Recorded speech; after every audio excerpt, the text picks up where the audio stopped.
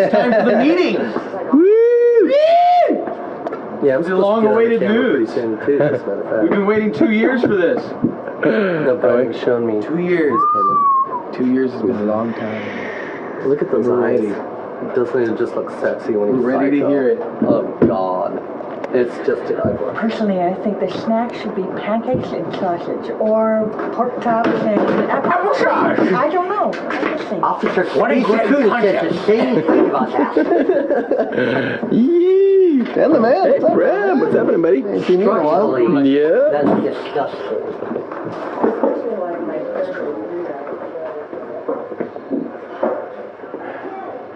Wasn't a yuck question.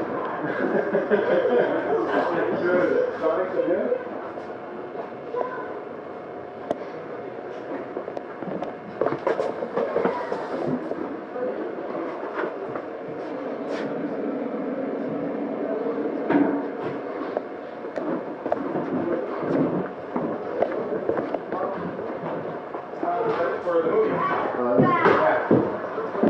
Hey, Roger, you do a great job. You're in it whether you like it or not. The audition's over? Yeah, you missed. How'd they go? Is everybody here? Who's on the list? Yeah. It's pretty competitive. Yeah. How'd the auditions go, you guys? Well, all I can say is I'm glad I can be here for the team, and with the good Lord willing, I enjoyed it. Hopefully, watching all the people vie for the hopefully spot. this ball club will prevail. Thanks a lot. I think it was great. How'd you do, Pat? I had a great time. No, honestly, I think I showed a pendulum of I went straight and then I went Columbo. So Yeah. I mean, what more could you want? You gave everything in between, too. Yeah, I don't know if I gave everything in between as much as I showed two opposite sides, and let's hope the imagination can take over. Mr. Kojac? Oh. Ooh. Where's that? This is the skulls. camera? These are the new Steadicams. Oh, behind the scenes. Did you want them all? Yes. Did you want them all, Brian? Yeah. We'll call them in. We'll get this over with. So what's going on here today? Out of fluorescence, we're just auditioning to fill an opening in BS&B. What's my beer? Yeah. The Stuff. the Christmas How's show. fluorescent look on that? Yeah, it's a little green. Oh, greeny. Little green? Little green. I look green anyway. Dave's lighting in I'm here. Yeah, you do look more green than Brian, actually. Yeah, I have kind of a green complexion. Well, I'm wearing makeup. Yeah. Well, this actually is not a color monitor, so I can't tell on here, but experience. You can't see my rosy cheeks. No. I can see shades of gray. Who else we got? Who else we missing? Pat. Tone? Pat? Pat. Matt? Guys. Tony, Bill, Ben, Dover. Pretty competitive today? Oh, are you kidding? Incredible, We had huh? to tear these guys apart. They thought they just killed each other. It was like a fight for the death. The last one standing gets the role. That's normally the way we cast things here. We try to do something different this time. I don't get someone safe as fucking We got them all? Is everybody here? Okay, obviously it's not an easy decision, and you guys all know this from being around here. It's not the most important thing we do here is casting a little role like this. Plenty of BS&Bs down the road for the rest of you guys. You'll have many opportunities to get on board in the episode. As difficult as the decision is, and it came down, Came down relatively quickly. That's only because Brian and I were actually born joined at the hip. That's right. So we have kind of So we did the different mothers. miny mo. No, it was really tough because obviously I think we could use any one of you with what you provided and make it work. There's a lot of things to take into consideration, and rather than bore you with those things, I'll just say that we decided on Scott, and we're going to go. You guys all did a great job. Hopefully we'll leave out the openings and BS&Ds, and you all have your opportunity to get on board the video project. Thanks, guys. Appreciate it. Sorry for those of you who had your hearts out. Don't be disappointed. You showed yourself off well. We just had to make a tough decision. Congrats, Scotty. Scott? Yes. Congrats. The new Charlie Pringle Smith. Guys, and if you're available on this thing, I'll be talking about it a little bit tonight. Okay. Make sure that you get on that list. This is technically, we need cameramen, we need all kinds of things. You guys, hopefully you'll be available for it. The Columbo thing was funny, I think. But it turned into George Burns. Yeah, well, You know, there's we a did- mix-up because you have a cigar. You saw Cannibal Dawn, didn't you? That's why. Because egg salad. Oh, I thought, here's the takeoff. Ficus, I thought that delivery from, someone who's completely not aggressive, because that's what I was before. The most non-aggressive person in crime fighting. Right. Columbo. And Ficus being said by Columbo or George Burns. Oh, it's very funny. It's very funny. You guys got it every time. Yeah. That's important to keep in mind. Are these yours? No, these are not mine. These come from...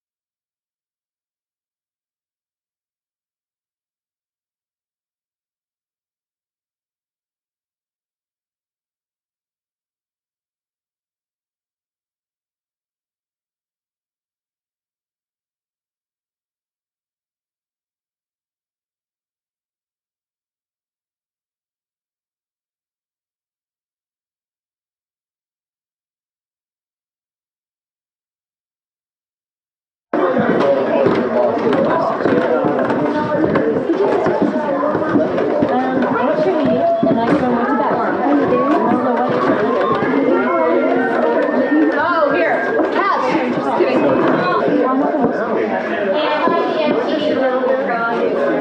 Like that. The coffin is symbolic.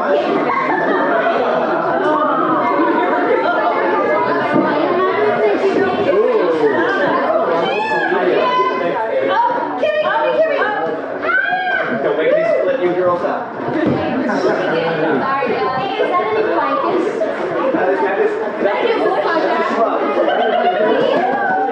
It's a tree, damn it.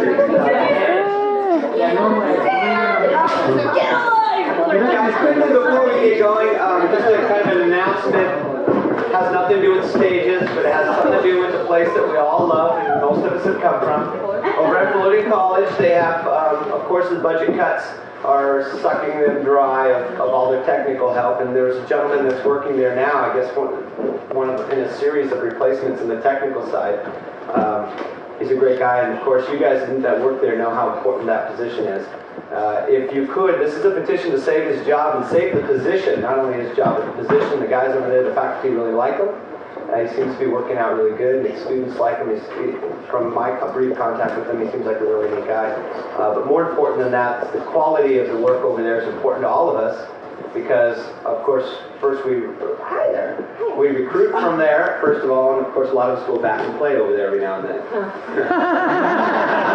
So the quality of the work over there means a lot to us in many ways. Their reputation is a reflection on ours. And pick one of these up. You want to just sign your name on it and leave them on my desk or out in the lobby. I'll collect them at the end of the night and turn them in. Let's try to save that position. Bob asked me to bring these down and relay that message to you. If you guys want to, you're not forced to, obviously, but if you could do that, it would be greatly appreciated. Okay, what we're going to do tonight, and I would appreciate it if I can have your entire focus for the length of this meeting, and I can't tell you how long it'll go. You will have an opportunity at many points tonight to interject, ask questions, and to the best of my ability, I'll answer anything I can and be very honest with you. I try not to create an answer just to suffice you for this moment. And in the same breath, realize that we don't have at this point all the answers. We never really have. We kind of ask a lot of questions and try to work things out as we go, and that'll remain the same. I'll try to keep you kind of abreast of how I'm moving through this evening, and just know that my thoughts and my mind is very cluttered and has been for the last month or so. I've been a little preoccupied with things. So if my notes seem disjointed or if it seems like I'm reiterating, maybe those things are weighing heavy on my mind. And I'm going to kind of just barf out all my thoughts and stuff to you guys, and for whatever that means to you. And I'm going to go through and explain how a lot of the stuff pertains to you. First, the order of the evening, just so you know the itinerary. I'm going to take roll in a second, because I am definitely interested in who is here, and more so, I'm interested in who is not here. I've created a situation that I'll explain in more detail as we go, and there's a reason why some people that are not here today that will perhaps probably not be with us in the next season are going to already have utilized this creation of mine, and I call it a sabbatical of sorts, and you guys know what that word means. And in terms of stages, and you know the way we crank things out here, I know at times some of you guys wish you could just get away for a while. And the constant pressure of me going, hey, you have to stay in touch to know what's going on here. That's kind of, there's an internal conflict there. So I've created this situation where if you need to step away for a season, and our seasons are only 6 months, and you guys know how fast this goes, to either explore other areas of your life or other things that are pressing upon you, necessity things or just interest things, or you just want to get away and kind of be an outsider for a while to gain perspective or reevaluate what this means to you, which is very important to constantly do. I'm creating that so you don't feel like, well, dropping out is dropping out completely. It's keeping your foot in the door. You stay on our list. We know you're supporting this company. You're taking some time away to either do personal things or to see where we fit into your life. And then you always have first, and I'm a very loyal person. Those of you who know, have worked with me over the years know this of me. I will always be willing to let you back in at some point, and no bridges will have been burned at that point. What that requires is you guys being very honest and not hanging on and burning a bridge when it might be best to take a sabbatical. And you know internally, whether mentally and physically, emotionally, that you can take what we kind of dish out around here. And I know at times that we were all pushed to our limits in one respect or another, either by being in a show or working technically on a show. So these are things to evaluate, and I just want you to know I've created a way for you guys to say, I just need to get away for a while, where the rest of the company goes, oh, what happened to? Oh yeah, I heard this, I heard that. It's just, hey, I need some time away for whatever reason. So we can deal with that personally, so don't feel that has to be a public proclamation. Just know and think about as I go through tonight and kind of lay out for you where we're headed and where I'm trying to drive this company, take this company, and where you fit into it, to keep this in mind. Maybe you want to sit back a while and see what happens. I respect that. Just let's be honest and open with each other, as we have been for the most part. We haven't had major problems because I think that policy has been implemented. Okay? So, and some of the people not here tonight have already found out that they're interested in that and are already utilizing it. Okay? I have an opening statement that I'll go over. It'll kind of lay out what this meeting means and why you're all here. I'll go over just so you guys know the order, in case you have questions, make sure they kind of fall in the category topic that we're on. We'll go over the past season, the season that we're in currently right now. And I don't have a lot of stuff on that, as I normally don't, but I have a few comments and a few statistics and things to cover. I'll cover the coming season, next season, a very important, pivotal season for this company. I will go over the director responsibility sheets, the sheets that were handed out to the last group of directors, that will be again handed out with updated and some revisions to this group of directors. And I'm going to go over that publicly so that the actors as well, the people who have never looked at that sheet, will also know what that job entails. Those of you who are toying with the idea of directing really need to have a clear idea of exactly what it is. I think, and I'll get into that as we go, but I will cover that. I've got some policy and rule changes, very important that you guys pay attention and understand the policy and rule changes, because more than ever, I will hold you to them. I am tightening down the screws. There's no secret about this. I have no problem with dismissing people from this company that fail to understand and support the policies and rules that we all agree to and sign, that helps this company flow as smoothly as it does with as much work as we have going on here. I'll go over a calendar that will cover the upcoming 6 months, so you'll get a chance to see that, and I'll answer any questions. It'll be a season calendar. It's our skeleton. I'll talk a little bit about the video future and as well as the theater future, and how those two intermix and how they are separate and where each of them will be going in the future. I'll give you kind of my brief, because it's not real thought out yet, but how I see it all working down the road. And then I have a closing statement that will kind of sum up the things we discussed this evening. And then after that, I'll have an open forum where you can bring up any topic, whether I covered it or not.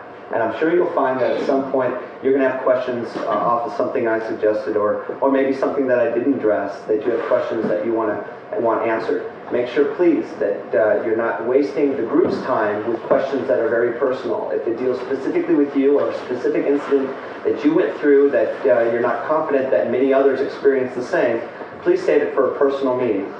I will, and I am interested in hearing those concerns of yours or situations that you experienced. I just don't want to waste the group's time with things that don't necessarily pertain to them. Okay, so there'll be an open forum at the end of the night. So quickly, let's go through this list. Amanda DeMaio. Here. Angeline Cook. Here. April Peterson. Beth Ricketson. Here. Carol Wolf. Here. Chesney Higgins. Yes. Christine Gell. Cynthia Patel. Here. Dara Akamura. Gwenda Deacon. Holly Whitney. Janelle Anderson. Jeanette Bardrick. Jennifer Marchand. Jennifer O'Malley. Here. Jenny Porter. Joy McCoubry. Here. Kate Kojac. Here. Kelly Fullerton. She's at strike. Kim Jones. Here. Laura Orlo. Laura Peterson. Here. Kojak.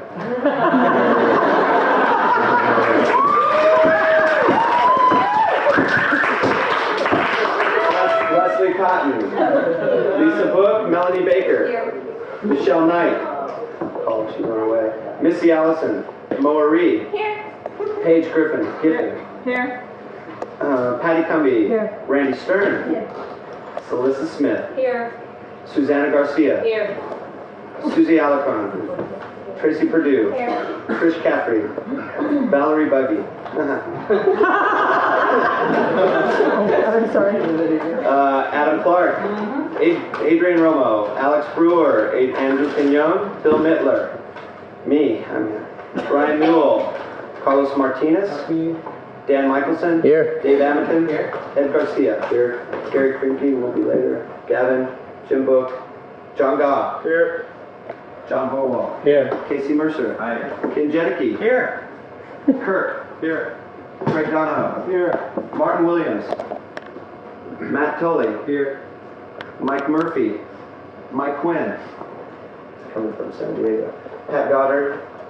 Pat Gwaltney. Here. Prem Shaw. Here. Rick Lawhorn. Here. Robert Nunez. Yeah. Roger Freeman. Here. Scott Haddock. Here. Spider Madison. Hey. Steve Spear. Here. Terry McNichol. Here. Todd Fusel. Todd Langwell. Tony Ferris. Okay. Okay, guys. I'm going to start going through this. Again, if I'm on a topic that you have a question, please break in at any point. Opening statement, and I'm going to forgive my reading. That's the only way that I'm sure I'm going to get through all these things that I've spilled out of my head without leaving things off and having to leave memos and stuff around the theater and hope I get them. Realize as we go through tonight, I am not addressing any one of you guys. Okay? There may be parallels to your situation, and I'm not intentionally doing it. And I may be using your situation that I know of as an example for others. Don't take it personal. Everything I say hopefully is for the benefit of the group, for understanding maybe your situation, whoever it is, and I can't guarantee it's going to happen, but if it does happen, you think I'm talking about you, it's by accident, I assure you, okay? This meeting is a substitute for the interview process that we used to have. And looking around and looking at the size of this group, it used to take me 3 weeks just to get through our current membership. I don't have that time to give away anymore. And I ended up, as I was, saying the same thing over and over. This way I'm going to tell you everything at once and then deal with you guys personally over specific issues later, okay? The people here today, with only a few exceptions, prearranged exceptions, are the only ones eligible for membership this season. Those people that did not answer here, unless they've already talked to me, and some of them have, being here does not necessarily mean you've committed yourself to this coming season. Know that as well. You have rights. You have the right to listen to what I have to say, to the direction this company is going, and evaluate that and see whether that fits into what you want out of this side of your life. And I respect you for saying you guys are going a different direction, or the things I need are different. So know that just because you're here tonight and I marked your name off in my green highlighter doesn't mean that you are committed to this. I realize that. You will have time to make that decision later. Be sure tonight, your goal as an audience for what I've said, hi Michelle, your goal is to be absolutely sure and understand what this company is about. Whether or not you can respect the philosophy, the policies, before you commit to this company. If you cannot, you don't think you can, or you think you might have trouble, please do us all a favor and take that sabbatical and rethink this, okay? Or maybe you'll know and say, I'm out. The changes that we've made, and that I say we because you guys have helped make some of these changes through comments and concerns and things that you've brought to me, situations. And that's why I encourage you, as always, to bring me the problems. If I don't know what they are, I cannot solve them. And I am interested in solving problems, and you do have a right to work comfortably here.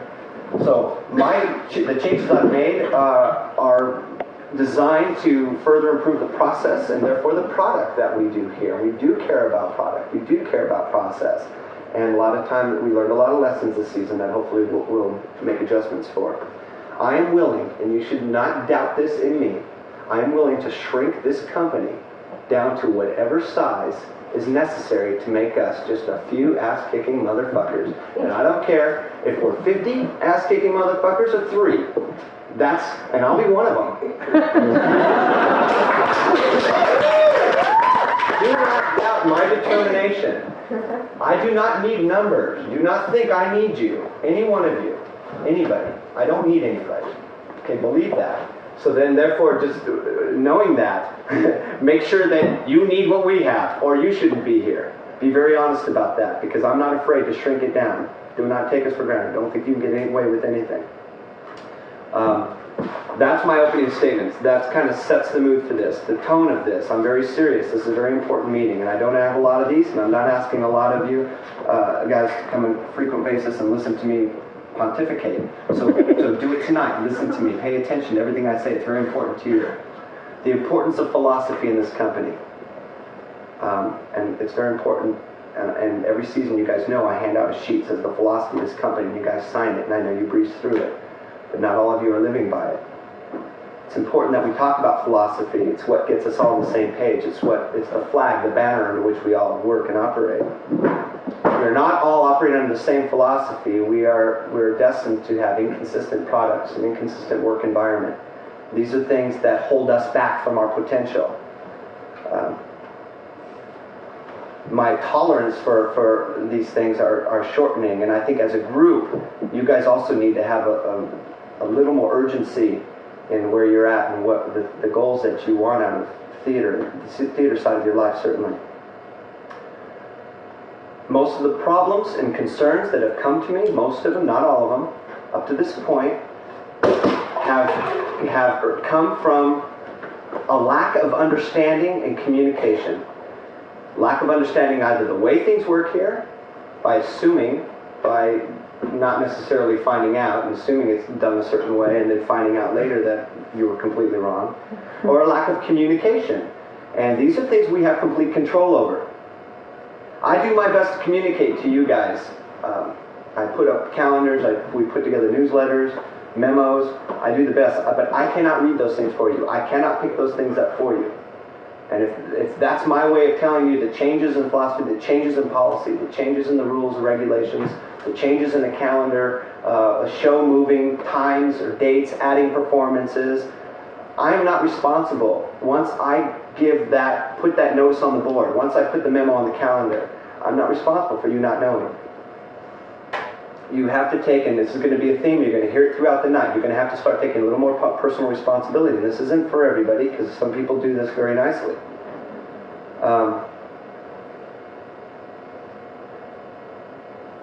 I need for you guys to understand what it is you're doing here. And some of you are here without knowing what you're doing here. Why you're here. And some of you are here without knowing why you are here. You just find yourself here every now and then.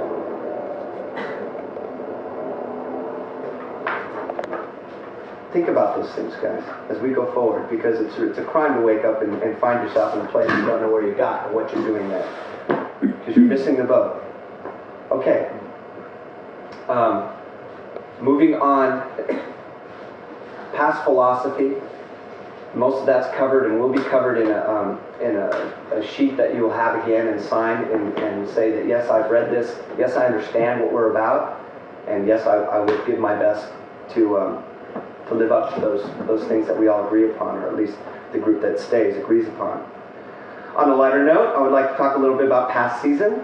This past season that we just had, incredible season, considering the distractions, and you all were a part of that, I'm sure, at some point or another.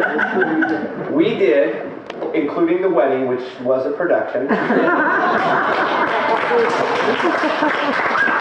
did, this season, in 6 months, 17 productions. 17 productions in 6 months. That's pretty incredible. That's our best season, numbers-wise, yet.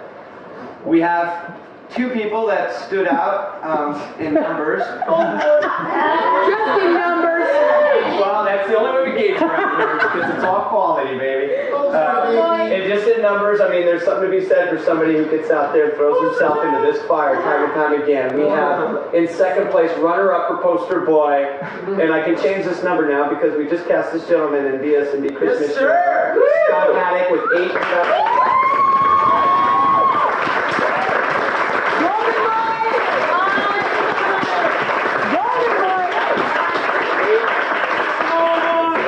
17 ain't bad, but there's one better.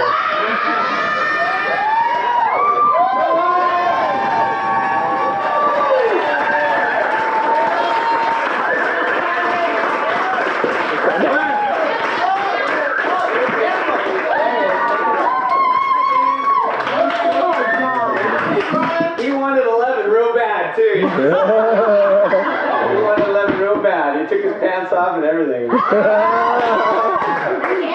gotta respect that. Since I brought up the wedding, I didn't get a chance to talk to you guys afterwards, or since, most of you, but I want to thank, first of all, the people that performed and made it as fun as it was for me, and I was very pleased with being entertained by my closest friends and people I respect the most in this world, and the rest of you for coming out and being a part of a very important day in our lives.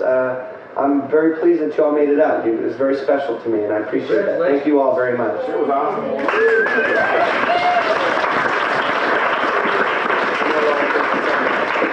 Okay, totals to dates, guys. I want you to ponder some of these numbers here, and it makes my eyes water to think about it. But we've only been doing theater and here for 22 months. That's less than 2 years. In 22 months, we've done 54 productions. 54 productions in 22 months. We have spent, this is my favorite number, $37,578 we've spent. That's rent, utilities, computer, miscellaneous receipts, phone bill, that's and security, miscellaneous. Okay, that's a lot of money, but obviously we're making a little more than that, or we wouldn't be sitting here talking today. So we're doing all right. Yes. That averages out, guys, in case some of you are wondering, because I know you go, well, what's the production budget for this show? $40. You don't like that number, do you? Divide 37,578 by 54, and you get every production here costs $695. See, it sounds a little different when you put it like that, doesn't it? When you divide up all the expense of just being here. What that equals out to, our monthly overhead, and I know some of you are curious about the numbers that go on here, but none of you have the guts to come up and ask me.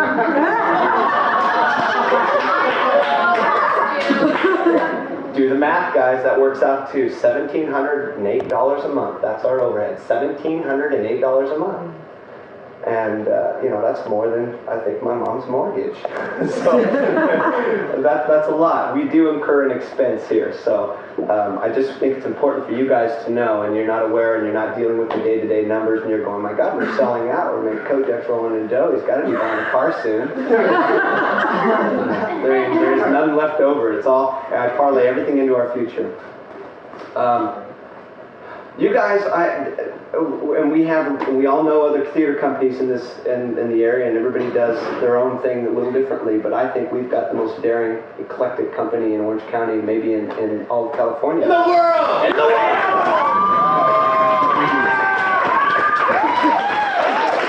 Looking at the variety of things that we do, the amount of talent that we throw onto the stage, and the time frame in which we work, it's pretty incredible. And a lot of companies shudder at the thought of doing what we do. Not all of them. I know some of our friends in other companies are doing their own, they have their own challenges they're overcoming, but I'm very biased. I think we're the best. Not that we're competing, because we're all brethren in the theater, but I think as far as... guys, we've offered over 400 roles. How many of you performed, Matt? Mr. Big Man! Mr. Tough Guy! Look at the 400, you've only done 10. Put it in perspective.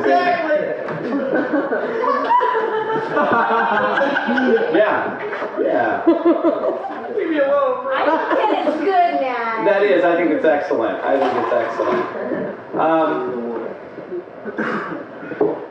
This coming season, as we try to define, the turning of the corner and how that all relates to what we've done in the past, and of course how it relates to you individually and specifically, I'm looking for a true ensemble. And what that means is that there is no one person in this company bigger than any part in this company that we offer. We are only as weak as, and this is an old cliche, but it's so true, as strong as our weakest link. I'm interested in having strong people in every link in the chain.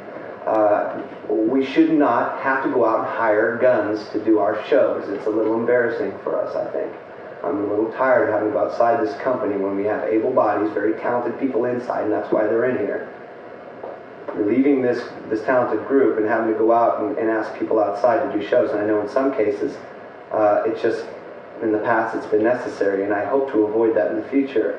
A true ensemble means that we all, each one of us, will take on whatever's necessary for the group to move forward, whether it's that particular production, whether it's a video production, or whatever it is. Maybe it's not a role you want. Maybe it's not the size of role you're used to. Maybe it's a little bit out of your range. Maybe you're a little scared. Maybe I don't give a shit. Maybe you need to get on stage and support this company and fill in. Maybe we need you. Maybe we need you because you're needed. You've had plenty of opportunity to throw yourself at what you like, what you want, and there's been a lot of opportunity to get those things. We're going to turn a corner where we're going to need you. We're going to need you to do some things maybe you don't want to do. So play some roles maybe you thought were below you or out of your range or something. Out of your range, right. This group. Anybody want to admit to any role being out of the range? That's what I thought. I'm only interested in tight group committed members who believe in the company objectives and ability to achieve the goals. And I know and at times every one of you fit that bill.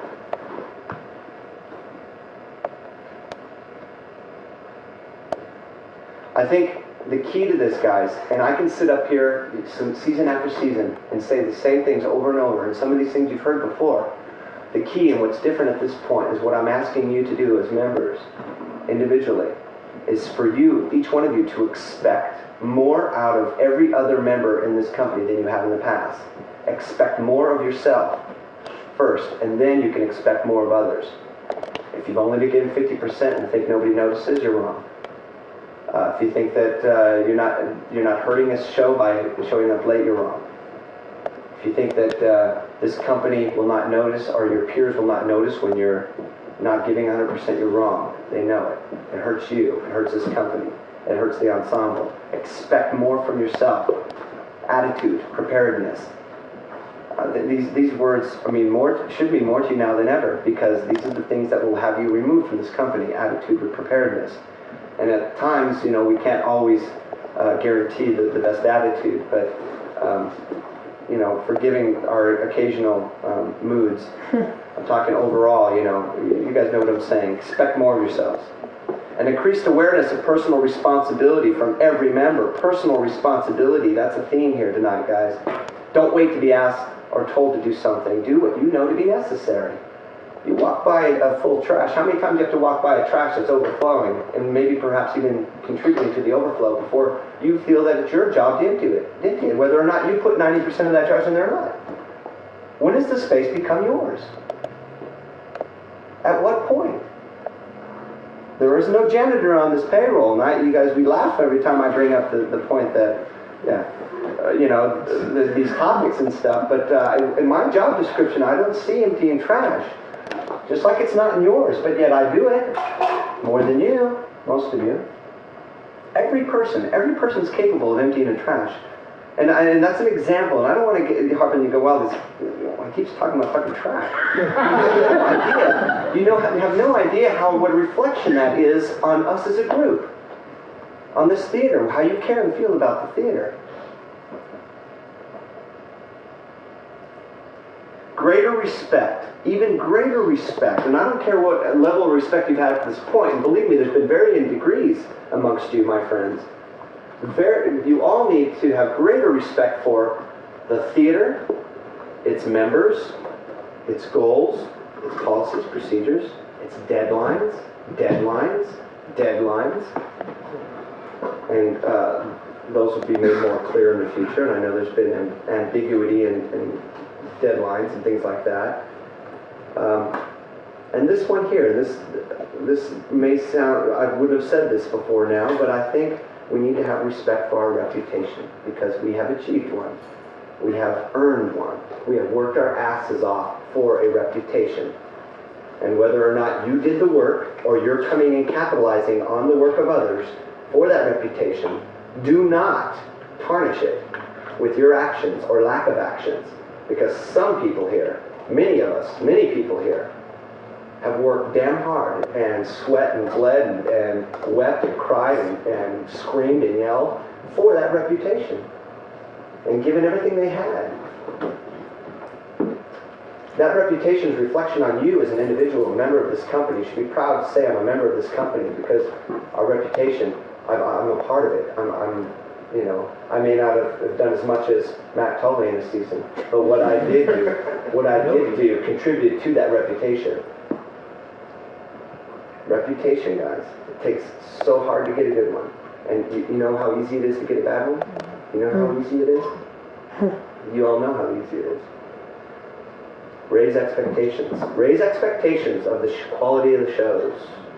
There was a time when I would preach, lower expectations, because then you're sure to be happy. You'll never be disappointed. You lower those suckers, man, you're just pleased as pudding. The time has come to raise the expectations.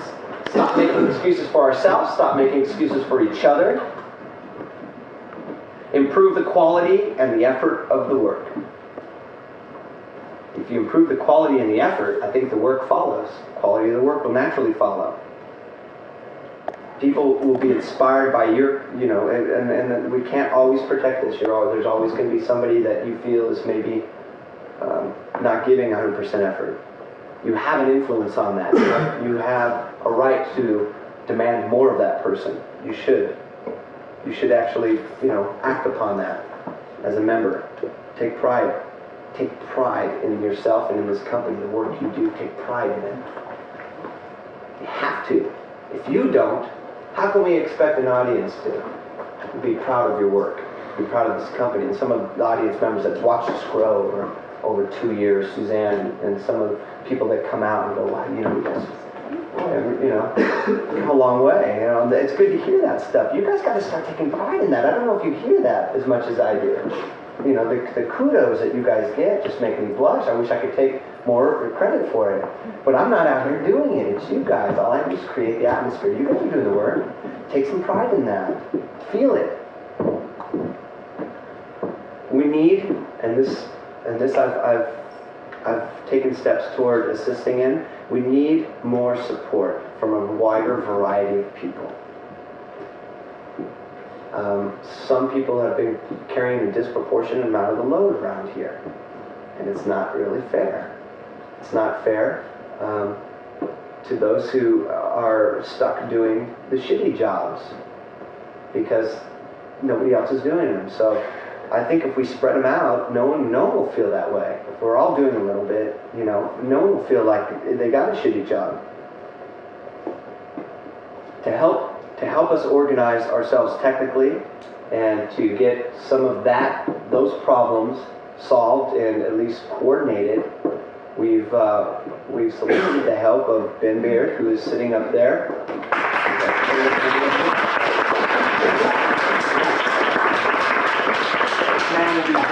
valuable to us as a company. That doesn't mean that he is now carrying the shitty jobs. It means he is going to be coordinating and delegating the technical responsibilities in this company. He will be a true technical director. A true technical director. Yay!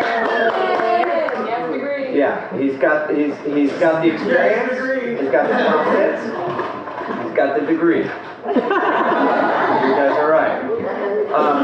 I'll be meeting with him periodically to set, the agenda, and hopefully you guys will get a chance to meet him. And those, especially those that are interested in designing and operating, should get to know this man. He'll be the one that'll be coordinating you and assigning you on shows. And if there's any technical questions dealing with sets for directors, you need this man will be your best friend.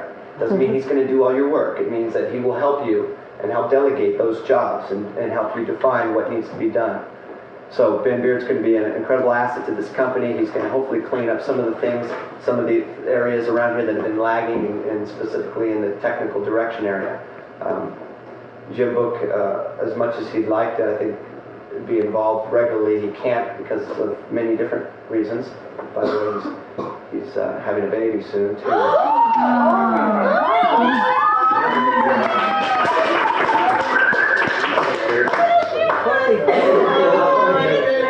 Somebody applauded that.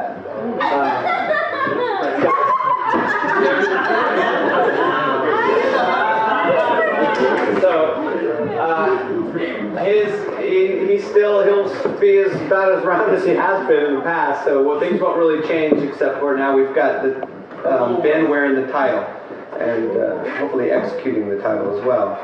Now, I want to go through a couple points and how I define supporting. And when you say, I support this company, I'm a supporter of this company. If you're supporting this company, A, you know what's going on here. If you don't know what's going on here, I don't know how you could possibly support it. What this means is you're reading the memos. You're picking up your calendars on a regular basis and reading the memos on the calendars. You pick up the newsletters, that you have a genuine curiosity about your peers that work here. Maybe what was going on in their head when they were directing a project or writing a project, things like that. That you are kept up on the company propaganda, so to speak. We jokingly call it that. But it shouldn't be taken lightly. It's very important that you guys all know what's going on here and who it is you're working with. Helping technically when available to. That's important. And sometimes, guys, it just means asking. You're not always, just because you ask doesn't mean it's always going to be taken up. I'm going to set you, take up the rest of your free time. It just means, hey, I've got a couple hours. Is there anything I can do? Do you need some paint? Do you need me to run off some flyers for you? Do you need whatever? You guys would be surprised at how valuable you would be in things that you don't necessarily need skills for or a degree in an area. Just you know what? I'll tell you that for peace of mind and it makes me feel good just having people ask, even if there is nothing. I know a lot of times I turn people away all the time. People want to have John Godlow. What can I do? I feel bad. I don't have anything a lot of times for him to do. But him asking me means a lot to me. I don't forget these things. I know who you are. I got a mind like a steel trap. I don't forget, guys, and it's very important. And it doesn't have to, believe me, my ears and eyes are bigger than they are in my face. I know what's going on when I'm not around. I do, I know, and I know what you're doing, and it doesn't have to be, brought up to me to know it. I make it my point, that's my job, to know what's happening. So if you're doing work, you're working hard, you're giving it, above and beyond the Call of Duty type of things, I'm aware of it. Believe me, I'm aware of it. I make myself aware of it. If you think I'm not, please come and make me aware of it. I do want to recognize you. I do want to recognize you. Recommending this company and shows to people, and I know when you're in shows and stuff and you feel good about a show, naturally you're going to get people out to see your work. That's a given. That's natural. Just as when you're in a show and you don't feel good about your work, you're not going to be as eager to tell people to come out and see it. I can't do anything about that, and I would never suggest you to bring people out to see you in something that you're not proud of your work. I would hope that everything you do you're proud of and you want people to see. But what I'm talking about is bringing people out to see shows that you're not in. And even if you're not coming out with them, hey, did you catch a show at Stages recently? Oh, you got to see what they're doing. Even if it's not a specific show, oh, you got to get out and see what they're doing. That is helping you. That's helping you. That'll come back to you guys. Because very few people only see shows here once. There are some, but very few people only see shows once. Think about that. We have control of our future. You want a bigger theater? I'll give you a bigger theater. Give me a bigger audience. I will give you a bigger theater. You deserve a bigger theater. You deserve wings. You deserve fly space. You deserve a stage that's 40 feet wide and 40 feet deep. You deserve 150 seats in the audience because the work is that good. Not all of it, most of it is that good. And it's some point soon, it will all be that good. You deserve that. Get the people out. It comes back to you. Give me a bigger audience. I give you a bigger theater. That's a promise. Giving 100% to everything you do here. 100%. And sometimes you get caught in a job or in a role or something and you regret it almost immediately. And some of you go right ahead and give 100% anyway. And I love you for that. And that's very valuable. And some of you, it shows that you've made a mistake. Because everybody was laughing just now. Those are the ones. Now they're going, okay, I laughed. 100%, guys, that's all we ask. Inside these four walls. You can, I don't care what you do outside, you can be half-assing it all the way around. But I tell you this, if you're half-assing it in any other area of your life, I guarantee you're the type of person that's going to half-ass it here. So just weed it out of your life. Never give less than 100% in anything you do, and it becomes very easy. It becomes just natural. Then you don't know anything else. But if you're only giving 50% the rest of your life, and you come in here and we're demanding 100, Jesus Christ, 100%, I don't know if I can do it anymore. Well, maybe you can't. Maybe you don't belong here. Again, you got to evaluate this. Are you capable? If not, get out, please. Now I got what I call a memo to directors. And for some of you who have done this or have recently experienced this is not going to be news to you. It may have been a shock to you at first, but I'm sure you realize that this now at this point. And more important, for those people who are now thinking of stepping into this position of director, every director, you are the prime motivator. That's it. You have to be the prime motivator. Do you know what I mean by that? This company is director-driven. Have you not noticed? Every director owns this space. This is my space. They're in control. They're the ones that set the agenda, set the tempo. They're responsible for the actors and how they work within the system. They create the atmosphere. They're pretty much in charge of making sure that everything they need is there. It's never been any different. Sometimes I don't know where you guys have been for the last year and a half. When I directed the first 13 of the first 15 productions, where were you? How many of you helped technically? How many of you built sets? How many of you, think about it. How many of you did flyers? How many of you wrote? No, see? I did it not as producer, not as an actor in this company. I did those things as a director because it's my vision I'm protecting. It's my vision I'm trying to bring to life. And I'm the only one with the vision, with the complete, total vision. Therefore, I am the prime motivator. I cannot dish that responsibility off to somebody else. I can try to communicate it to those who have responsibilities within that vision, and that is my job to communicate that. If I am not communicating that clearly, that is my responsibility, that is my problem. That is my shortcoming, and then I am responsible for that. And that's, like I say, this is not an easy job. If you don't have it within you, not only, and I know most directors go into it with a vision, you wouldn't walk into that position without a vision. But the most important part of having the title director is not having the vision, it's being able to communicate it to the people that are going to carry it out. A lot of you are visionaries. I think most people, if not everybody in this room, is a visionary in some respect or another. But not everybody is a communicator of those visions, or is as adept or comfortable or has experience in communicating their vision.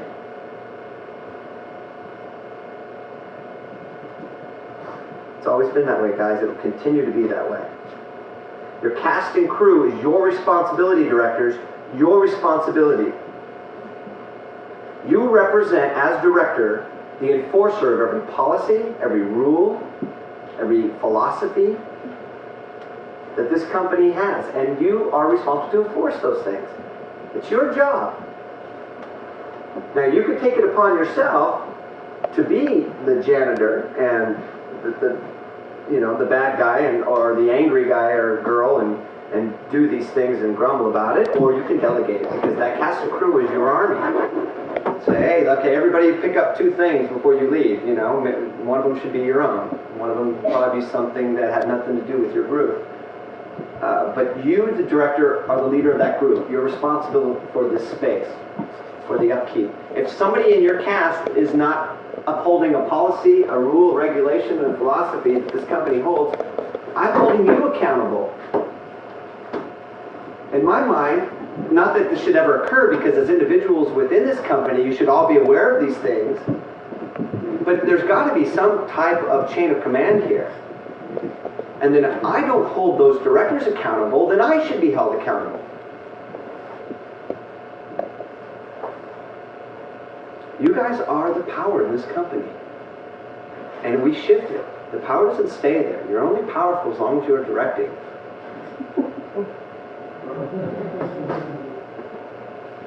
Until you direct again. But I only mean power in a sense of controlling that atmosphere from rehearsal to final night to strike. That's the power I'm talking about, the power of decision. The power that you can say, hey, pick up your trash before you leave. That is, yes, you're right, that's your obligation. I'm not asking you to do it, I'm telling you it's your job to do that. Some of you don't have a problem with it. Some of you just go, I can't do it. I just didn't do it myself. Okay, you do it yourself. You're not doing that actor a favor, because that actor is going to do it, try the same thing, or forget, or create these bad habits that ultimately is going to cause their doom, or problems with another director or with me personally. Do them a favor and bring it to their attention. So let's start to create good habits. Let's try to make some of these things second nature. Just, oh yeah, of course I'll get that. Of course I'll get the trash. Of course I will. Clean up after. Of course I'll put my costumes away.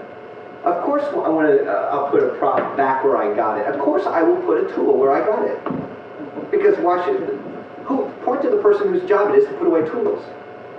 Yeah, it's great that you're helping. I appreciate you getting the tool. It means you're actually working on something. Finish the job, put the tool away. You use a prop, put it away. Clean up after yourself. Directors, make sure that these people are responsible for those things, because you yourself will be held accountable going into this. Directors, and I'm telling you, if you don't think that the director is a hot seat, if you don't think that role is not only difficult, but encompasses more than it would in any other company, then you just talk to some of the people that have gone through directing here. I tell you that I've talked to them in a lot of cases. In a lot of cases, I've talked to them indirectly through people that they've talked to. And I know it's hard, and I know some of their expectations were not met, and I'm sure they were surprised by some of the way things went on. I don't know how they could be. I'm surprised sometimes that they are surprised, but I understand it. I understand that sometimes you have to experience a situation before you fully understand it. But those people that are in shows, even if you're not thinking about directing now, keep your eyes wide open. Look around you. Look what the director is doing. I don't think you people appreciate what your director does for you as much as maybe you should. Some of you do, I'm sure. Notice what they do. They are the Mr. Everything around here. When I don't know any director that's had so much help that their focus was strictly on making the best blocking decisions or character choice decisions. I don't know of any director that's had the luxury of being able to focus completely on that. It's usually involved in a lot more than that, and none of that should be taken for granted from actors in this company. You should all appreciate the hard work. Don't be afraid to ask me anything. My life is an open book to you guys. If you're curious about me and how this company runs, this is your company. It's your company. You have a right to know. If it's going to make you feel more comfortable with your decision and how you work here, then please ask me. I have no secrets. I'm not ashamed of anything. The bookkeeping, nothing.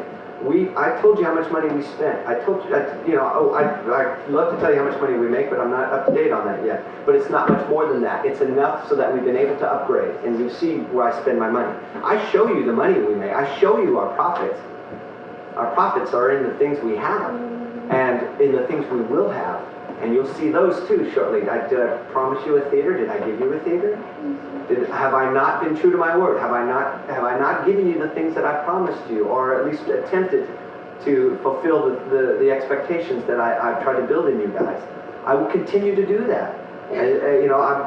I'm not in it looking to make money off you guys or even our audience.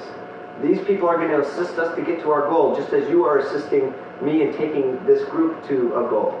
And hopefully, and those of you who are not necessarily see yourselves riding on a train, that see yourselves going away to school, or maybe this is just a hobby, and ultimately you're not going to be able to commit to all these philosophies, rules, and regulations. Hopefully you'll have gained something that the money you spent here, the time you spent here, will not be regretted. That you won't think about it as, oh shit, there's 3 years, I spent 2 years, I spent $400 I kicked out for that place. Money shouldn't be an issue, guys. It's not for me. I don't want it to be for you. It only becomes an issue when you don't have it. The people who don't pay, and just so you know, because everybody, and I've heard through grapevine and people who don't have the guts to come up and ask me who's paying dues and who isn't, I'll tell you who's not paying dues. People who are not paying dues are people who are turning in scripts. And the reason is I'm trading them royalties. I respect their work. Ground zero here, guys, is script. Ground zero. Without it, we are nothing. If we don't have original scripts from you guys, we have to go out and rent scripts anyway, so I got to pay somebody. Get in front of the audience, find out where the rhythm is with the audience, get in rhythm with an audience. The camera personnel, the technical personnel will be on call for at least the 2 weeks prior to, including the first weekend. They'll be doing mock camera blocking, getting used to the show adjustments, letting the actors get used to the camera people and moving around in front of them, etc. Those will not be necessarily the ones we're taping or spending the money for the taping, film, and stuff on.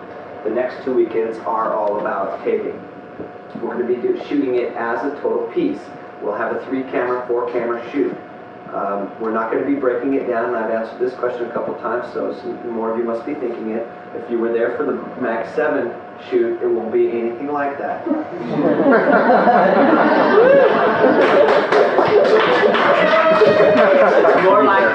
It's more like an I Love Lucy shoot. We got it's a 3-camera shoot, and we'll be taping on all 3 cameras. It will not be live edited. For those of you who know what that means, somebody in a switcher going, okay, go take camera 1, take camera 1. We're making on the spot decisions on which camera we're putting on the final tape.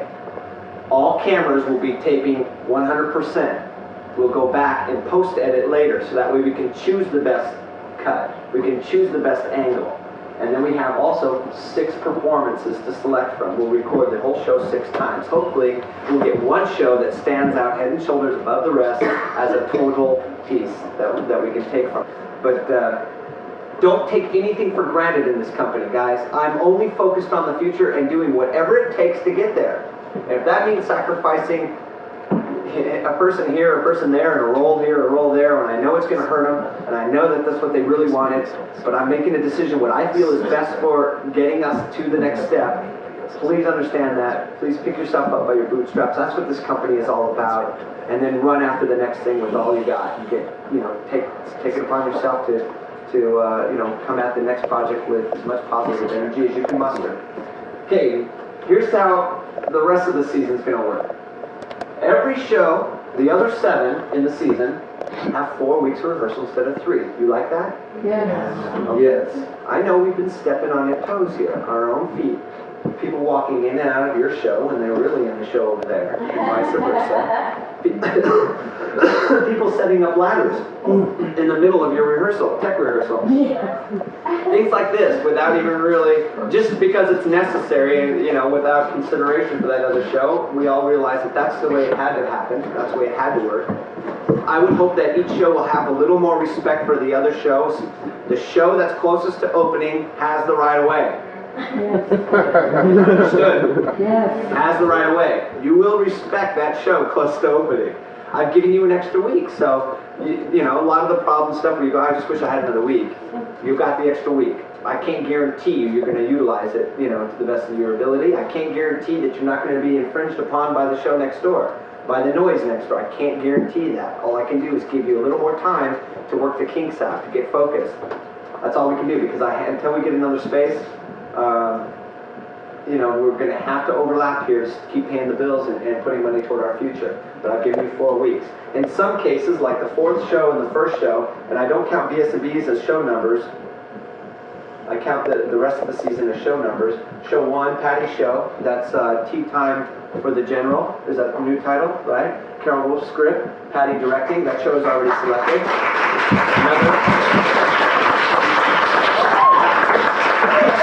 third directing project for Miss Covey, a third script here at Stages. It'll begin. Its first week of rehearsal will be in the pit because we don't want to mess with the continuity of the set before shooting over Well, I there. mean, that's a very personal getting there. Right. And then your 3 weeks will be over in the pit once we close and break down BS&B, and you open and perform in the pit for 2 weekends. You notice, guys, we're getting to the point where we can sell out even an opening Sunday, can't we, Craig? Where's Craig at? Yes, we can. Yes, we can. We can do it all here. So we can sell out. So I'm filling up the Sundays, guys, and until we prove that we can't sell them, let's go for it. The second show, all four in the same space. It's all clubbed together, not interrupted by anything, but you do have conflicts. Now here's where there's going to be some changes. Some of you who have been doing back-to-back shows, you're going to find it a little more difficult, if not impossible in some cases. Oh, that can't work then. We've got enough talent in this company where there is no one person that would be the only. It's not going to happen, Matt. Sorry, man. You were the last golden boy. The next golden boy will have 4 shows. The next golden boy will have 4 shows on there. But there's going to be a 2-week overlay, which means now, in the past, a 1-week overlay, your directors go, I can do without you for a week, we just need you in there. But 2 weeks, I would think that that's a little too much to ask a director to do without you. So don't put your director in a position to have to tell you, no, you can't do that other show. Don't even ask. You make your decisions. You're going to have an opportunity to see these shows in readings. You're going to have an opportunity to see where they're going to fall in the schedule. You choose which one you want to go for. The auditions will be spread out so that if you don't get the one, you might be able to go back and get the other. We're going to try to work that out. And you notice I don't put auditions on here. I did put Patty's, which is the 11th of December on a Sunday. And I moved it. It's on the calendar. Okay, that's a new one. Yeah. If you want it the 4th, if that's a problem, we can move it. But I moved it down just to give a little more time for An extra week, yeah, that's a huge problem. Okay. Make your decisions, guys. Find out where you want to apply your 100%. And that way, your director doesn't think or is forced into a situation where he's dealing with you compromising or your distractions between lines. Yeah, I didn't have my lines down because I was still learning lines on my other show. Well, that's unacceptable. It has been, and it will be unacceptable. But you're going to have 4 weeks. And then you see there are some times where there's a blank space. That's Easter. This is Mother's Day. We cannot get an audience on Mother's Day. Father's Day, can't get an audience on Father's Day, so we just leave those open. And those shows will have the opportunity, of course, as Craig's show has and Newell's show has and other shows in the past, BS&B, etc. Pat's show, almost everything we do here. Seems to be able to add a show here and there if need be. So if you need to add a show director, you feel it's going to sell, it's a hit or whatever, or audiences are really responding, or your cast of 30 and just family and friends will fill up 10 performances, we can add. There's flexibility within the same night. We're not going to carry over and add a weekend, but if you want to do 2 in a night. You'll notice there's no passion projects, guys. Here's the reason. I want to take this season to focus our energies on our big projects. Define who we are. Let's redefine who we are and the quality through our commitment to these pieces all the way around, without dividing our energies and focus amongst a passion project here, or some people that are hanging on just doing passion projects, and so they're not really on board. They're kind of on the outside looking, and they come in and do the show or whatever. It's all about feeling a team, guys, a team atmosphere, and supporting these shows and not being distracted by these one acts. Now they've paid off in a lot of ways in the past. Now we'll bring them back in a different capacity next season. But that's not what this season's about. Believe me, I know the value of them. I know how important it is to give you guys an opportunity to work in a small piece where you can try maybe something that you wouldn't be allowed to do in a bigger piece, or maybe I'm willing to take a little more of a chance on a one act or a passion project of sorts. That will come back. It's not gone forever. That's not what this season's about, though. It's about focus. This season's all about focus, recommitting ourselves to what is our base, what is our strength, what is our reputation. No passion projects, stepping on us, sucking people away from shows. which all of those things have happened, guys, and you know it, you're aware. So that's the calendar. I have it, mine's color-coded, yours isn't, but I suggest that you do it because it helps, you know, make sense. And it's pretty. It's prettier. It's a nice wall ornament. Are we allowed to get your color scheme? Just don't take my markers out of my drawer to highlight your scripts.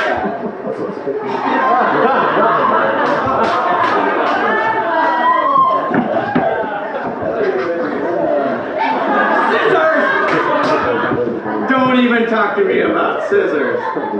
Okay, so make sure, guys, before you leave tonight, that you pick up one of your calendars here. Now, as usual, this is subject to change, minor adjustments. Those adjustments you can pick up through our updated every 2-week calendar, our mini calendar with memos on it and stuff like that. Those are more important than these. Put these on a notebook so that you have long-term reference for what things going up. But I know some of you need to plan way in advance and things like that. So pick that up and hang on to it, and I'll always have some in case you lose them. Okay, video future, guys. Let me cover this real quickly, and as I said earlier in the evening, this is kind of like walking into a black hole. I've never been afraid to do that. In fact, every time I've done it, I've succeeded. Taking on other companies in the past. We just go forward without fear, and you know, you can't fail. If you're not afraid to fail, you won't. And I truly believe that. I don't know how this is going to work. I don't know who it is down the road that we're going to need to get in contact with that's going to make all this possible for us, that I can generate an income from, that you guys can generate income from, that you can achieve whatever it is that you want, your personal long-term goals in this field. And I assume you have some. I hope you do. And I hope after tonight you're evaluating those things. Personally, what you want out of what you do here. And whether or not what you do here is, or what you do is important to do here. Okay? The video side is very important to this company. But it's not, it doesn't mean that if you are either one, not interested in video, or two, afraid of video for whatever reason, doesn't mean that there's not a place here for you. One is, if you're afraid of it, then you need to overcome that. And the best way to do that is get in front of the camera and do it. And we'll have opportunities to do that in safe atmosphere, workshops, etc., that Danny and I will get together in the following weeks and set up some type of workshops where you can start to see yourself and get over and address some of your concerns with yourself in front of a camera. And that's not to say that anybody, Danny or myself or anybody else in this company, has all the answers to that. But you know, you hold a lot of the answers to your own questions, and by giving yourself an opportunity to address them, I think you'll solve a lot of these things. And maybe you realize that I'm just not cut out for it. Either I don't have the looks for this medium, or I don't have the interest in this medium. We will never stop doing theater. This company, when I am committed to theater, I will never stop doing theater. Hopefully, once video kicks in and we are drawing money, I will be paying for a big, nice theater for our theater people. And video peoples will always be fed back into the theater. They feed each other, but you don't have to be exclusively one or the other. You don't have to be. I will always provide a space for you people that are just interested in the theater side of this. BS&B is our first video project, and we're going to take 6 months to try to get that off the ground. And the reason for that is, and most of you have seen these things, the reason for that is I think it is the most marketable product that we have at this point. That's not to say that we don't have other marketable products. But I think the sitcom industry, if you watch enough television, and I have 2 at home, because I'm not home enough to watch TV. When I do, I watch 2 at the same time to make up for lost time. And I, flipping around. Do you realize the dropout rate of television? Do you realize the turnover rate? That is one huge vacuum. There is no reason why we can't get sucked right into that. And opportunity is what it's all about. Now, you can't have opportunity. Well, you can, but it's useless without product. You've got to have product to make the most of the opportunity. So, we're going to be looking for the opportunity, but at the same time, we're going to be concentrating on getting a product that we will be able to, once we get our foot in the door, we'll have something to show them. BS&Bs are comedy, farce, which you don't see a lot of on television. Farce, executed well. I think we execute farce very well. It's one of the strengths of this company. We've got a lot of people that handle comedy exceptionally, in this company. I think this is a marketable script. I don't see anything like it on television. I see many, many markets for this. as opposed to other scripts where you go, wow, that would work on Lifetime. This thing, BS&B, well, you know, the 30-something channel. I'm okay, I do too.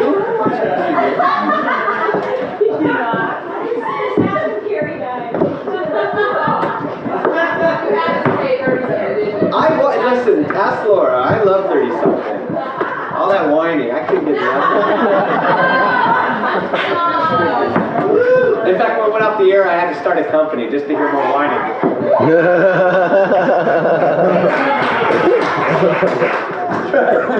That's right. This thing's got many markets we're going to pursue. Not any one market, but we're going to blanket and see who's interested. MTV, you guys can see this on MTV, right?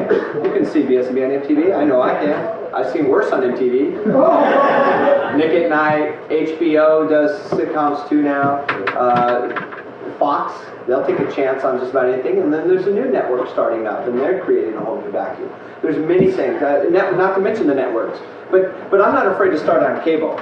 We can always do public access, but guys, why shoot low? I can take the tapes that we've been shooting for 2 years and they'll play it on public access.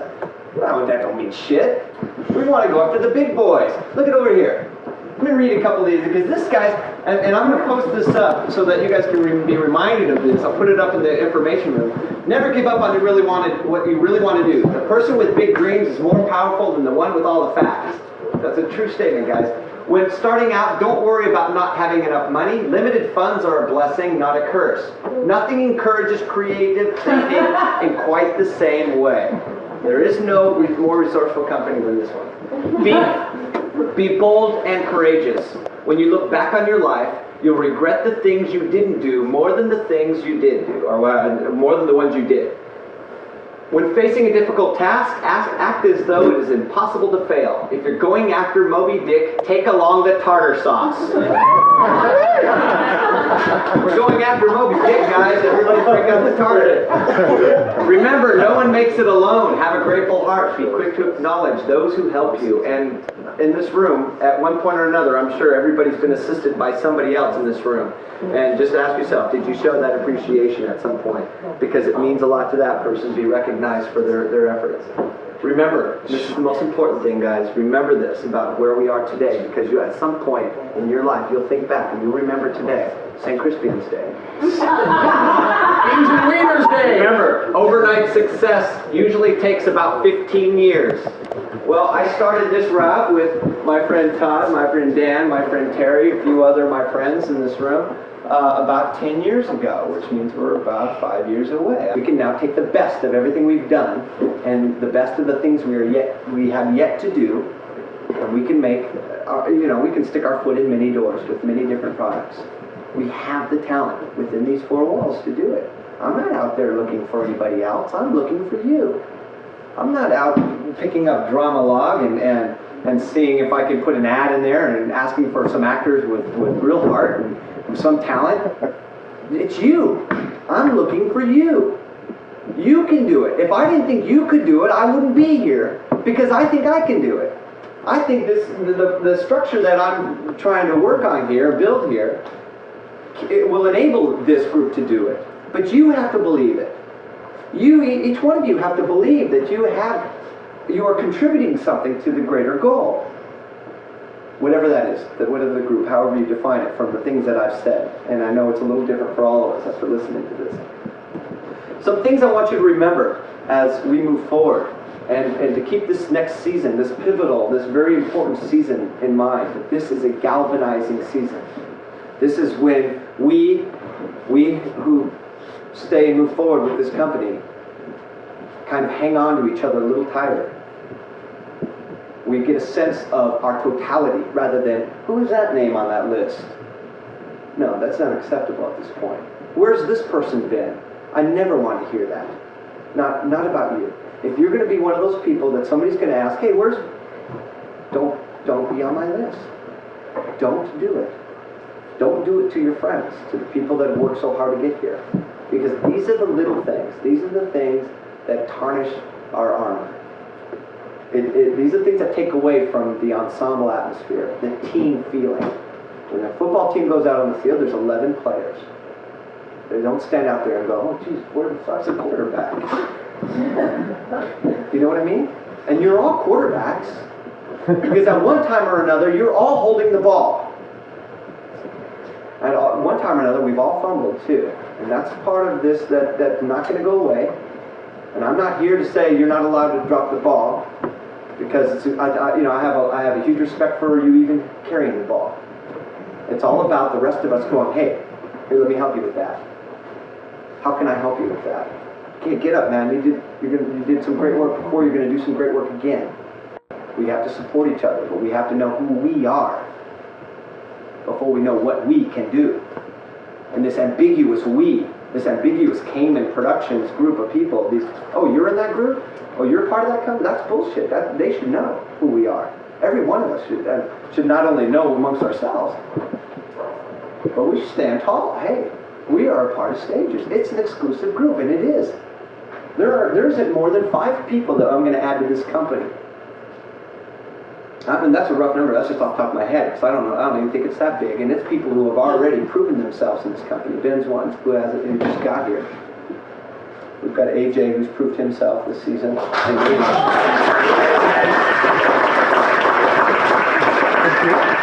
Phil White, who's already proved his mettle. We've got Mitch Ferris, who becomes very valuable in this company.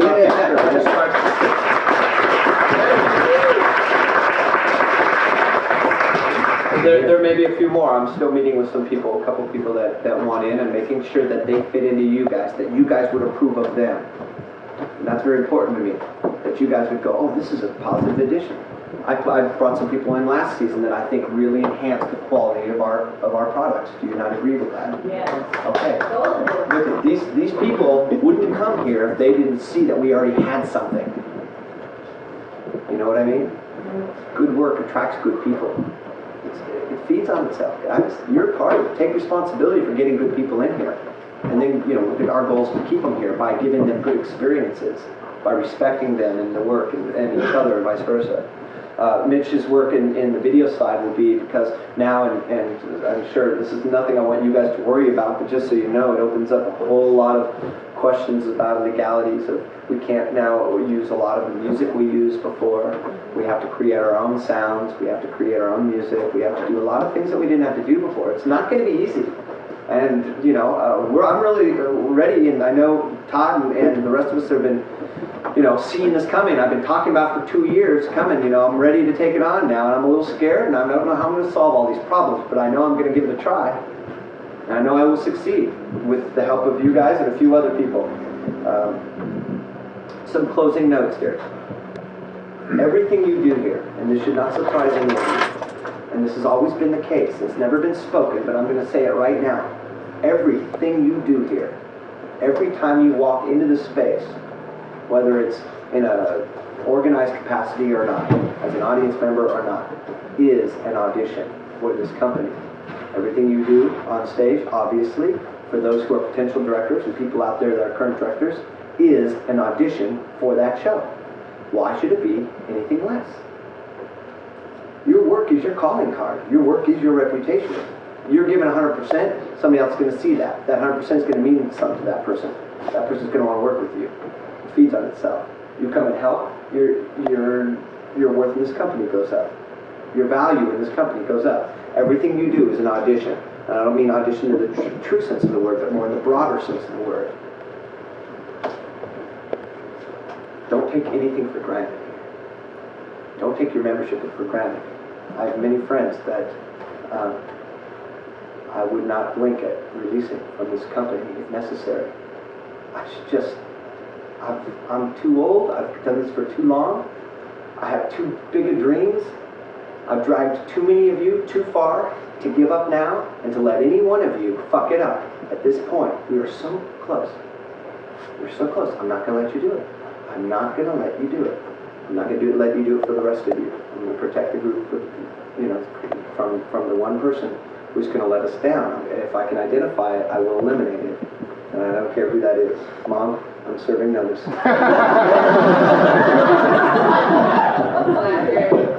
My job here, again, reiterating, is not to babysit. any one production or any one member. My job, what I do here, my value to this company is to secure our today and plan for our tomorrow. That's what I do. It's not exciting. A lot of times, it's a lot of time on the computer, it's a lot of time at home, thinking. I sit in I just sit and think. I stare at a wall, I stare at two TVs, and I'm thinking. And it doesn't feel very artistic, but it feels absolutely necessary. So that you guys don't have to. So you're not going home going, well, how is this company? What are we going to do next season? How are we going to make changes to make improvements? I'm trying to do that so that I don't have 60 people all doing things that they shouldn't be worried about or thinking about, so that you can do your job. So you can do it the best of your ability. I'm trying to prepare us for bigger things, bigger than maybe you even at this point can even grasp or even want. Some of you, you'll reluctantly be successful. The first 2 years here, guys, and we're finishing up 2 years, and it's just flown by. The first 2 years were all about building security, providing a space to work, getting people to bring the work to life, and acquiring scripts that will help guide us to our future. That's what the first 2 years were about.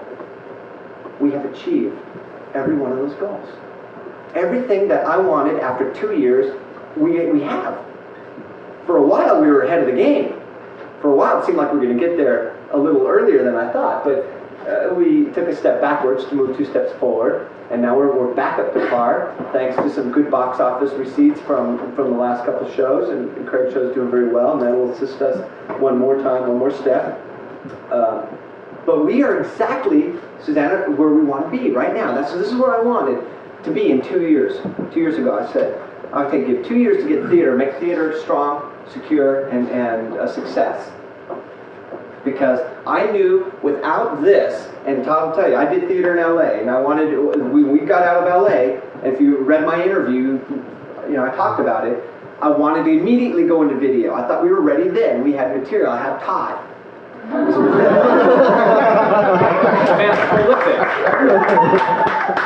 So we were ready to go. We started doing these things, and then it just became one problem after another. And I said, okay, wait, we got to back up here.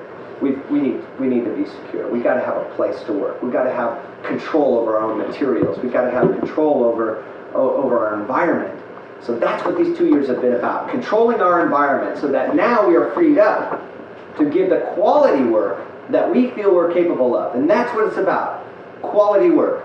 Because we could have kicked out a bunch of crap 2 years ago because of things that were out of our control, not having enough variety of talent, not knowing enough of you, very talented, courageous people.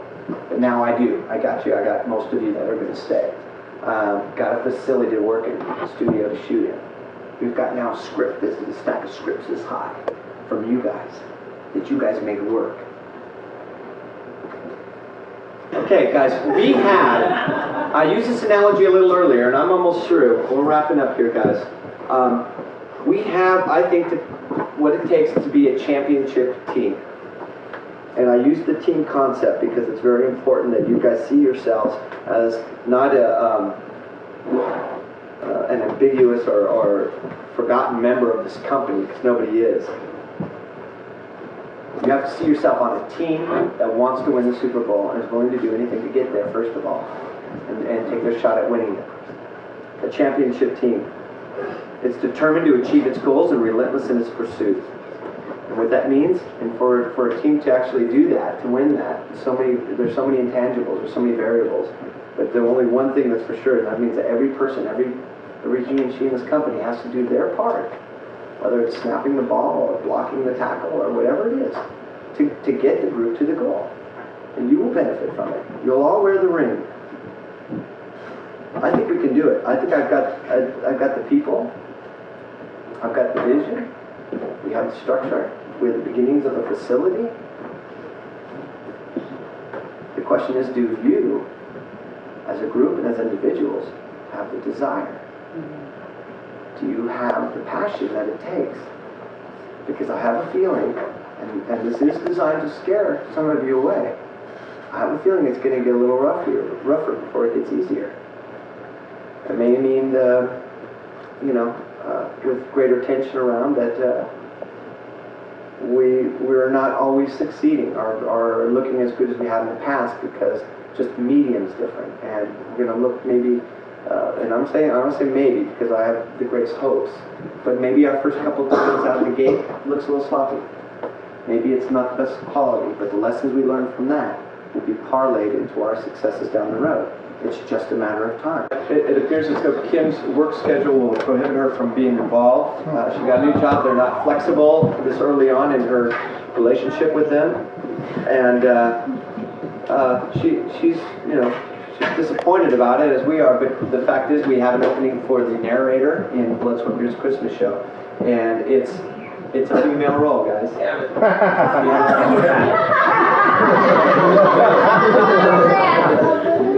He's got the hair. If you're interested in auditioning for that role, and it will be auditioned off, it'll be on Tuesday, this coming Tuesday, 6:30.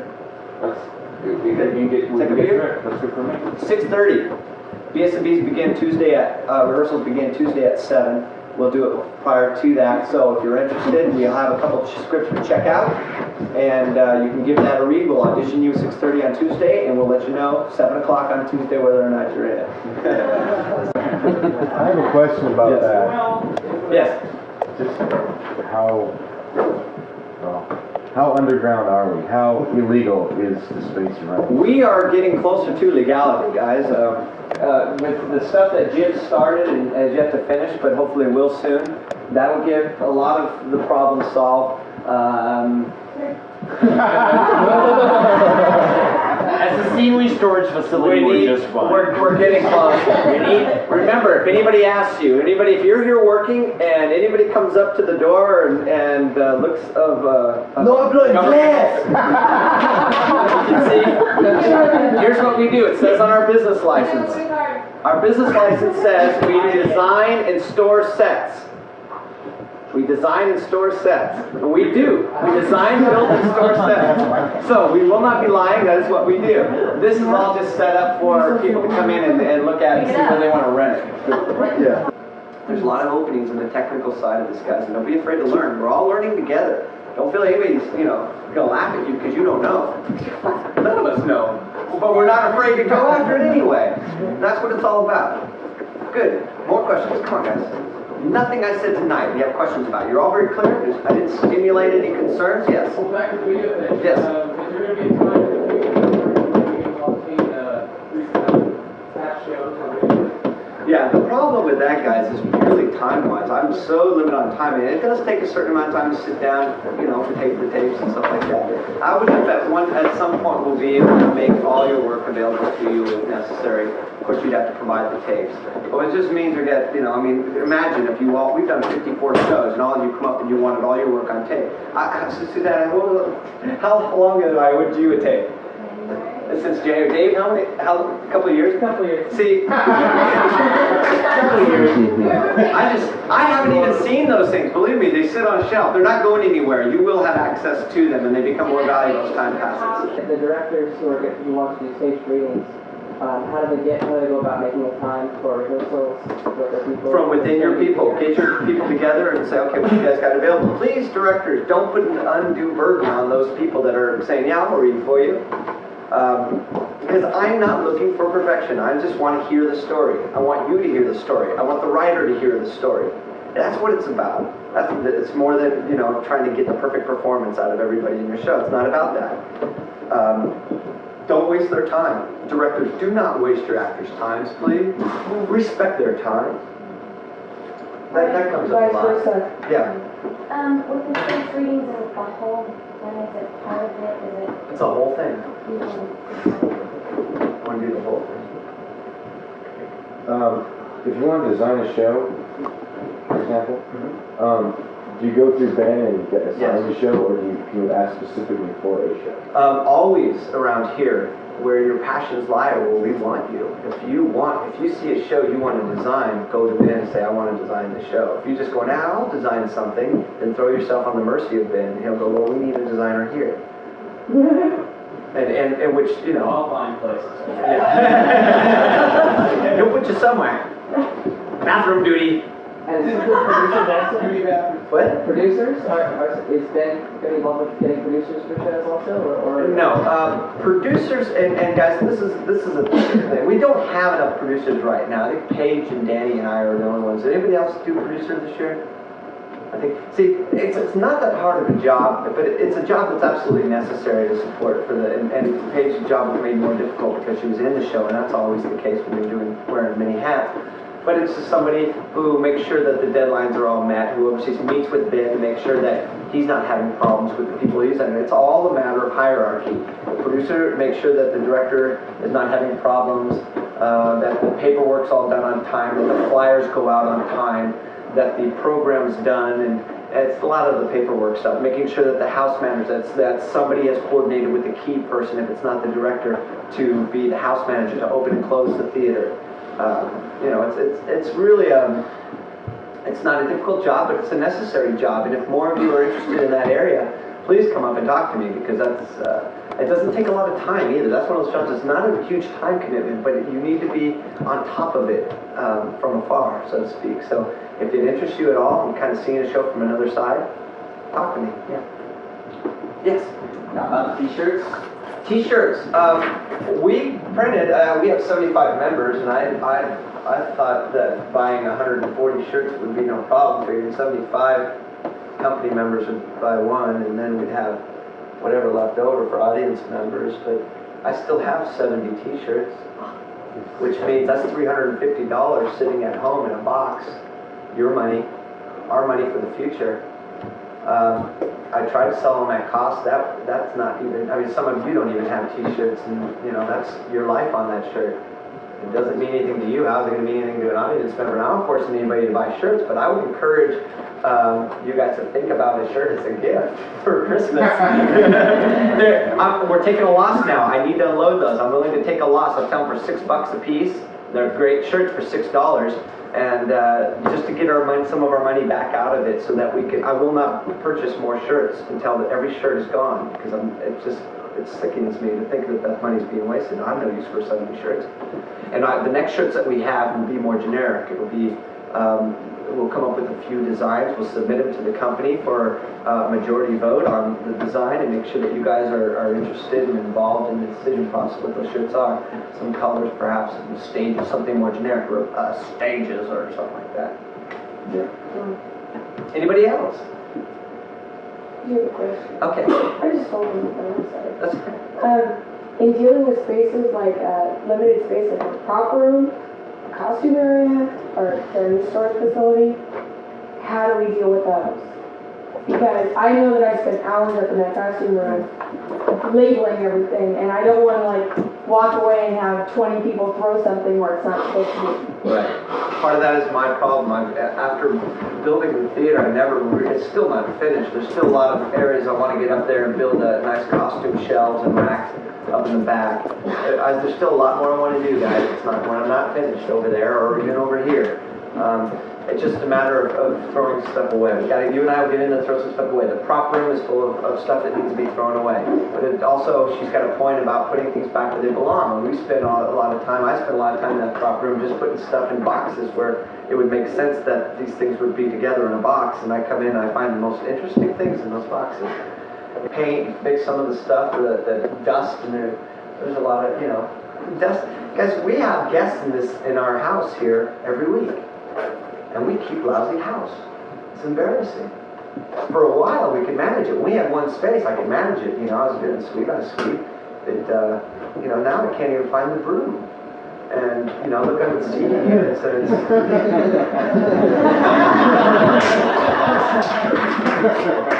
I looked for it for 30 minutes, didn't I, Craig? Did I? Yes, I did. I just asked him the yes and no questions. Mailbox. Do it again. I'll start. Like a little bit of an internet. Pardon me? Company member mailbox. Yeah. Dan and I talked about that a few months ago, but we didn't talk it as more of a way of finding out who's not picking up their calendars. Because if we got a mailbox for every company member, we put a calendar in every box. It's easy to find out who's not doing their job as a member and staying informed of what's going on. That's a good idea. I don't know if it would take up more space than it would be useful. You know what I mean? Now, right now, here it is. We've got so little space, and it's amazing to me that just 6 months ago we only even had half of that, and we're already outgrowing our pants here. Good reason. On the topic of donating furniture to the theater, does anybody have a truck? Pickup truck of any type, because I have 2 couches and a desk coming to the theater in the next 2 to 3 weeks, and I have no way to personally get them here. So if anybody has a truck.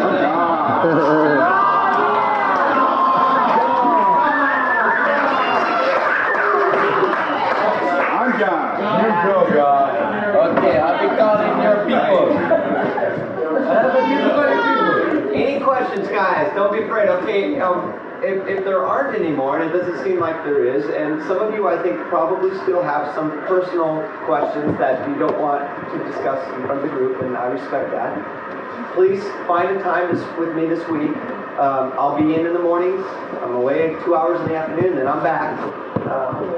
And let's sit down and talk about them. If it's important to you, it's important to me. It is, truly. I'm not just saying that. I'm interested. You are worth it. If you were not worth it, I would have asked you to leave a long time ago. Everybody in this room is worth the investment of time and energy into solving whatever concerns that they have. Please don't think that what your concern isn't worth addressing. It is. It truly is, yes. Just one last thing. I recently had an opportunity to interview Martin Benson down at South Coast Rep. And he talked about the days when he was starting out. It was amazing, the parallels. They couldn't pay anybody. People were all living together in a huge house eating peanut butter and jelly sandwiches. So it's good to get some... we're not that bad, okay? So it's good to get some perspective. You know, look where they're at now. As far as a theater company, we'd like to be where they are in 15 years too. And that's how long it took them. 15 years? Two, baby! I've got 15 years, man. I'm gonna have to get a job.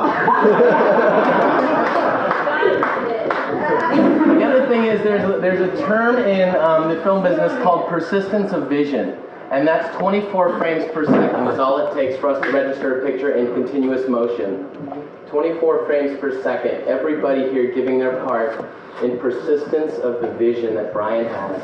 And there won't be a glitch. And we'll go. Thank you, guys. It can't be my vision. This is not about my vision. Thank you, Dan. But I'm glad you brought that up. It's got to be about your vision. This is about bringing you on board. So it's our vision. We are pursuing a group vision now. I'm sharing it with you, not to tell you, what great things I'm going to do, but what great things you're going to do. Your vision, I hope, for those who are moving forward, say, I see it. I see it. It's what I want. I want to be a part of that. My vision shouldn't mean anything to you. Your vision is what should mean something to you. And if your vision matches mine, then we're going to go places. That's what it's all about. That's what it's about. It is about vision. It's about pursuit of that vision.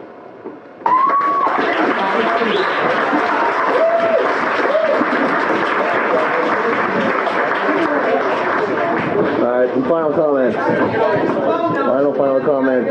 There we go. It's right here. Final comment page. All right. Alrighty.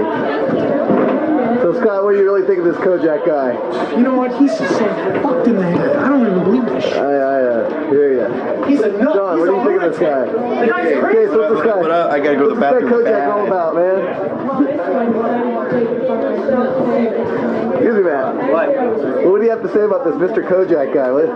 Inspirational, man. Is he? Oh, yeah. That's good. Time. Good. I want to tell you, this Kojac man, he's a lunatic. Somebody has to stop him. Where are you going? I'm going over here. Are we outside? Okay, I'll go after him. Come on. I'm going to show you my keys. Do it. Here's Kim Jones. I'm not ready for video. Okay.